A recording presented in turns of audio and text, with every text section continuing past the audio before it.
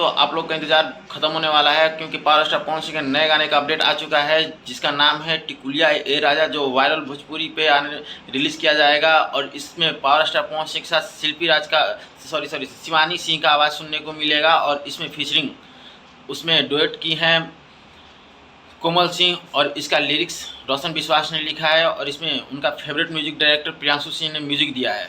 तो ये वाकई गाना सुनने लायक रहेगा। और इसका पोस्टर भी आ चुका है हम लोगों के बीच।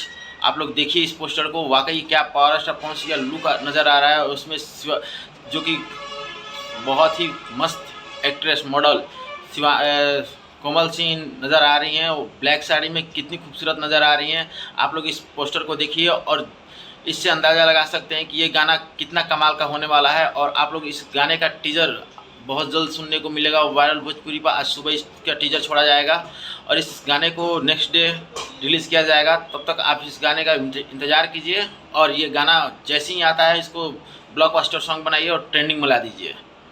आप पावर स्टार पवन सिंह का असली वाले फ़ैन हैं तो तब तक के लिए बाय बाय।